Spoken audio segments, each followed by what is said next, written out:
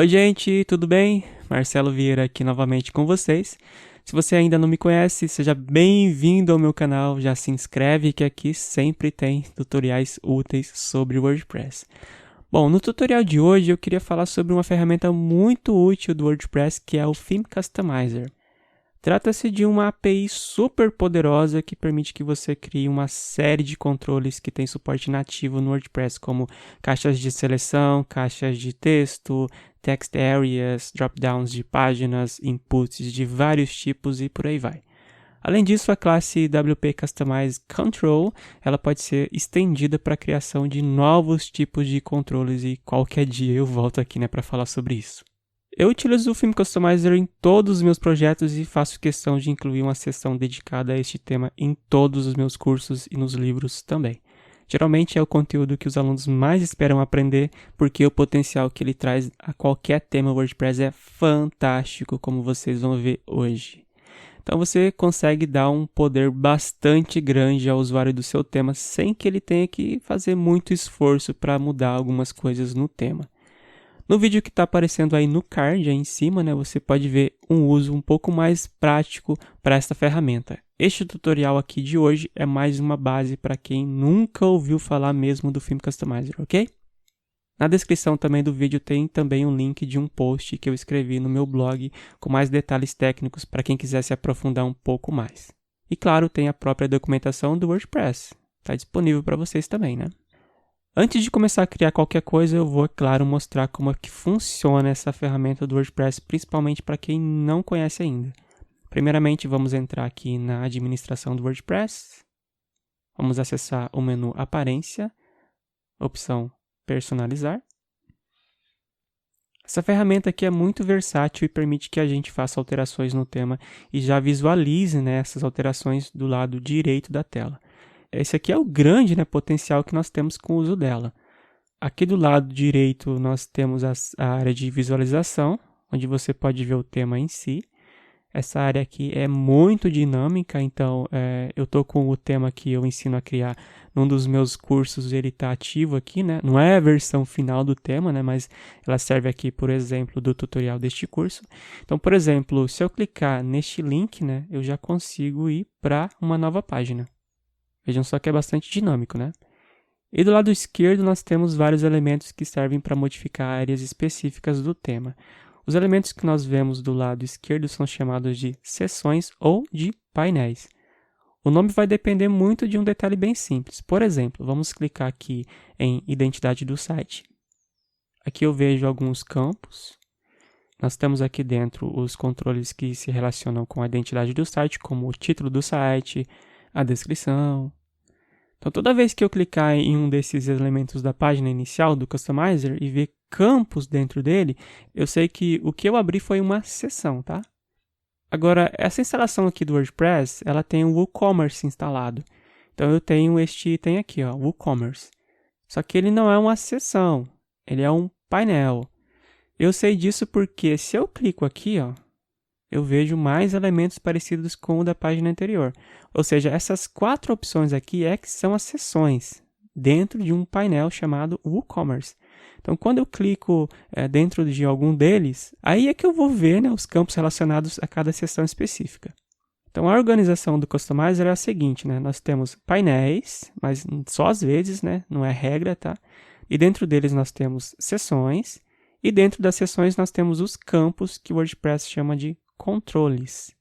Novamente, algumas vezes não existem painéis no tema, ok? Mas sempre existem seções e dentro delas controles. Neste tutorial eu não vou falar de painéis, ok? Eu nunca incluo painéis na minha explicação porque já é um pouco complexo explicar como toda essa estrutura do Customizer se encaixa. Eu sempre explico apenas as seções e os controles. A própria documentação do WordPress não recomenda que os temas registrem painéis. Então, estamos bem acompanhados. Agora, voltando aqui para os controles, eles podem ser de diversos tipos, Podem ser campos de texto, caixas de seleção, botões de uploads, selecionadores de cores, são muitas as possibilidades. Além das nativas, ainda tem algumas bibliotecas personalizadas que acrescentam campos que ainda não constam na versão nativa do WordPress. Qualquer dia, eu faço um tutorial falando só sobre isso. Bom, outra coisa muito interessante na ferramenta é a possibilidade de ver como o nosso layout vai ser apresentado em diversos dispositivos diferentes. Então aqui desse lado eu estou vendo a visualização do tema num desktop.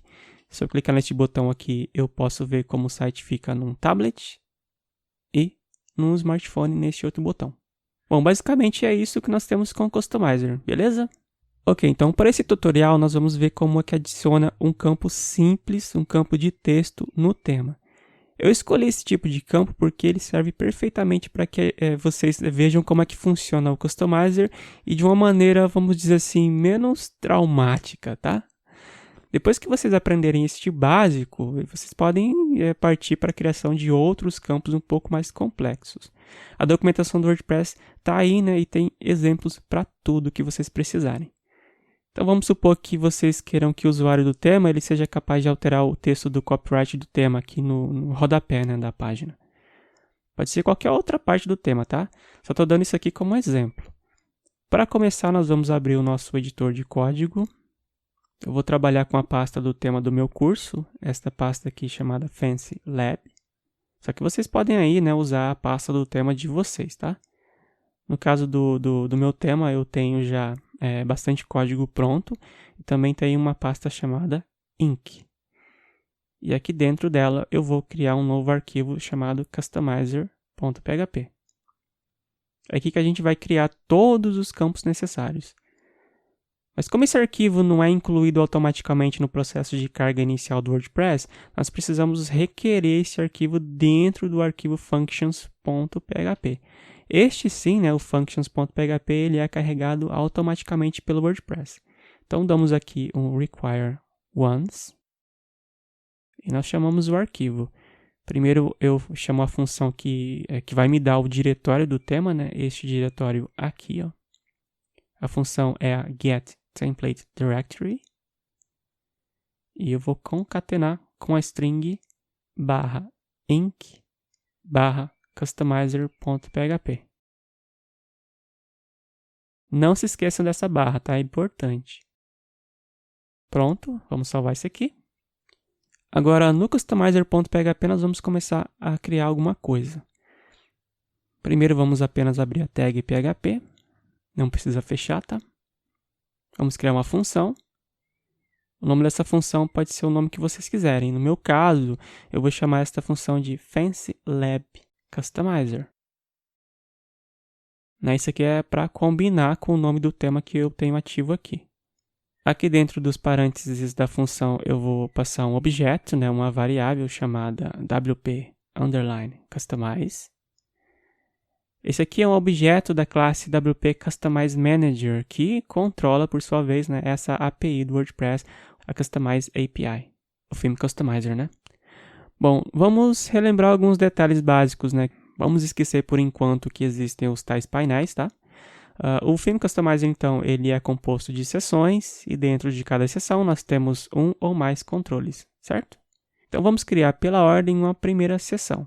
Prestem bastante atenção na estrutura que eu vou explicar para vocês agora. À primeira vista, ela parece muito complicada e realmente pode confundir bastante, mas depois que você cria uma vez, ela pode ser copiada e colada para que você crie depois as seções e depois os demais controles e por aí vai. A primeira coisa que a gente vai fazer é chamar o objeto WP Customize. Ele vai começar chamando um método de nome addSection, que vai criar uma seção para a gente. Ok, agora dentro desse addSection nós temos que informar duas coisas. Primeiro, um nome ou um ID, né, para essa seção e depois um array. Então, primeiramente, o ID da seção. Eu costumo sempre usar um nome que começa com sec underline alguma coisa. Eu acho que isso aí ajuda bastante a gente não ficar perdido dentro do código. Então, eu recomendo que vocês façam o mesmo, tá bom? Agora, para finalizar, nós criamos um array com alguns argumentos. Vamos passar dois argumentos. O primeiro será title, título. Vamos escrever aqui copyright settings. E o segundo argumento vai ser description.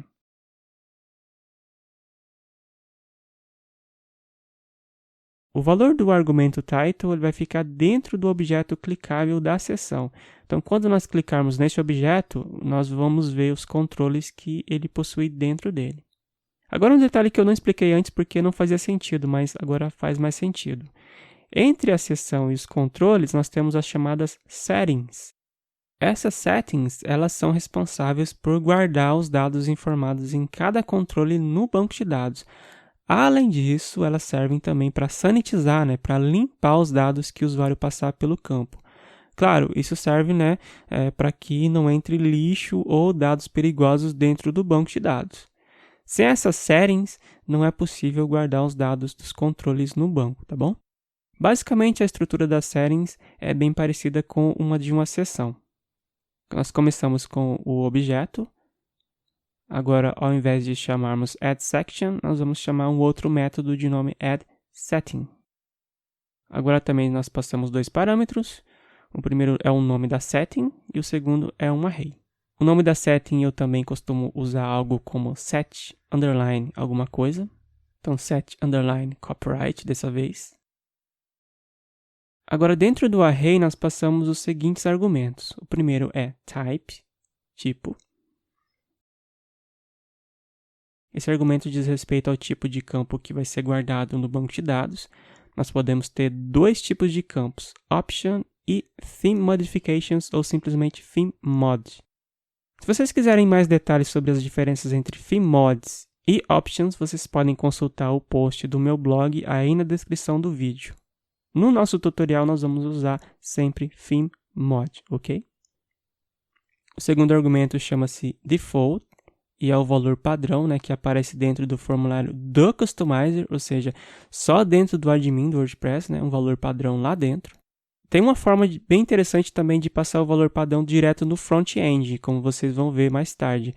Neste caso aqui, no back-end, vou passar só uma string vazia. E o último é o sanitize callback. Bom, esse aqui vai demorar um pouquinho para explicar porque é um pouco mais complexo. É o seguinte, né? Como nós estamos criando uma interface entre o usuário do tema e o banco de dados, nós nunca deveremos confiar no tipo de dados que o usuário vai inserir nesses campos. Sem querer, né, ele pode acabar inserindo coisas que não deve, né? Então, assim, né, como bons desenvolvedores que nós somos, nós temos que nos adiantar sempre. E nós temos que validar ao máximo, né, os dados que o dono do site vai tentar enviar para o banco de dados via formulário. O sanitize callback nada mais é do que o nome de uma função que vai limpar, sanitizar os dados inseridos pelo usuário. Por exemplo, né, vamos supor que você cria um campo para que o usuário informe o ID válido de uma categoria. Você sabe que geralmente o ID tem que ser um valor numérico, né? Só que o usuário ele pode não saber, e aí tentar informar letras no lugar. E aí, meu amigo, se o seu formulário deixar entrar uma letra no lugar de um número, dependendo de onde essa informação for usada, ela pode quebrar a página. Então, para isso, você tem que sanitizar essa informação, tá bom? O WordPress em si já possui uma série de filtros que podem ser utilizados para isso. Filtros, né, que são definidos globalmente e funcionam em qualquer lugar do código. Eu vou deixar disponível para vocês na descrição do vídeo um tutorial bem interessante que mostra boa parte desses filtros aí. No nosso caso, nós temos uns simples campos de texto, então existe um filtro do WordPress chamado Sanitize Text Field, que eu acho bem adequado para este caso. O que ele faz é retirar dados inválidos como conteúdo HTML, espaços em branco no início e fim do texto, etc. E ele só deixa texto puro para ser inserido no banco. O importante mesmo é que você não deixe de passar algo neste campo, tá bom? Beleza, nós já temos a nossa seção criada e também nós temos a setting, falta apenas o controle em si. Para acelerar as coisas, nós vamos copiar essa estrutura aqui. Eu vou mudar o nome do método para addControl. E vou apagar esses argumentos aqui. O primeiro campo que merece atenção é este primeiro aqui. Aqui nós temos que passar o nome da setting a qual este controle está ligado. Então, já que este controle, que vai ser um campo de texto, ele pertence a essa setting aqui em cima, nós passamos o nome dela aqui como uma string. Então, já está aqui, né? Set copyright.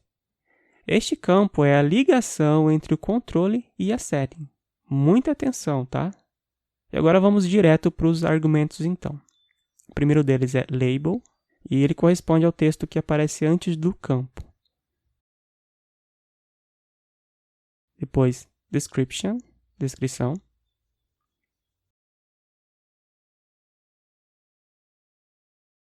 Agora, os dois últimos merecem um pouquinho mais de atenção. Section. Aqui nós temos que informar o nome da seção ao qual este controle está ligado. E o nome é sec underline copyright, que é este aqui em cima. Então, essa aqui é a ligação entre o controle e a section. Também merece bastante atenção. Percebam por que eu identifico os nomes das seções e das settings com esses prefixos? Para mim fica muito mais fácil para me achar dentro do código. E agora o último argumento, type, tipo. Este aqui é o tipo de controle ou campo que nós estamos construindo. No nosso caso vai ser um campo tipo texto. Poderia ser também text area, checkbox, select, radio, etc. Vocês podem visitar o manual do desenvolvedor de temas do WordPress para saber quais campos são aceitos. Outro link, que eu vou também deixar na descrição do vídeo. E agora, para finalizar esse arquivo, nós vamos adicionar uma ação para carregar essa função que nós acabamos de criar. Então, add action. E essa função precisa ser disparada num gancho de ação chamado customize underline register. Ok? E aqui no segundo parâmetro nós indicamos o nome da nossa função, essa aqui, Fancy Lab Customizer. Ok, vamos salvar. E nós já podemos ver se tudo funcionou. Vamos lá até o Customizer, personalizador. Então nós temos aqui a seção que nós acabamos de criar. E dentro dela o campo que nós criamos. Como nós não passamos o valor padrão aqui, está vazio por enquanto. Vamos lá mudar o valor do campo.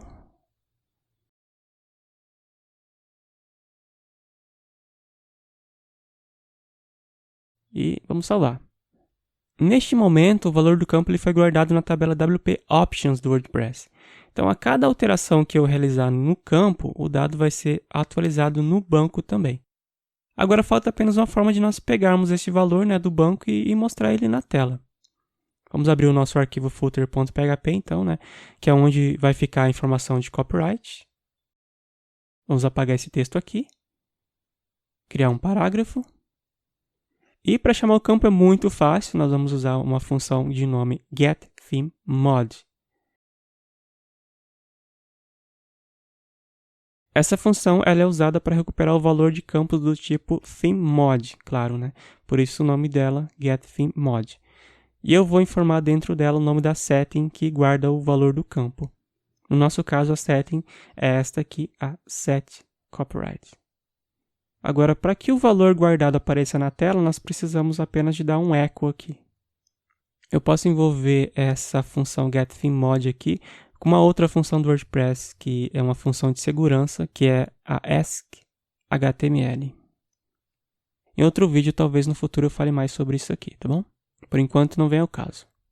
E eu posso passar um segundo parâmetro nessa função aqui, na getThemeMod. E eu vou indicar neste campo um valor padrão que deve aparecer no front-end quando o campo ainda não estiver definido.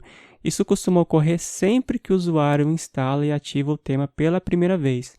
Como não existe nada guardado no banco de dados até o momento em que ele clicar no botão publicar, o campo ele vai ficar vazio na tela. Então, passando um segundo argumento aqui, eu garanto que alguma coisa vai aparecer na tela, mesmo não existindo nada ainda no banco de dados.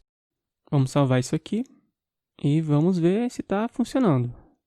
Primeiro vamos checar o tema.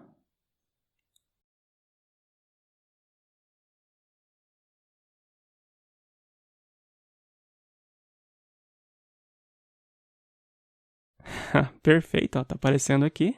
Legal. Agora vamos lá reabrir o Customizer,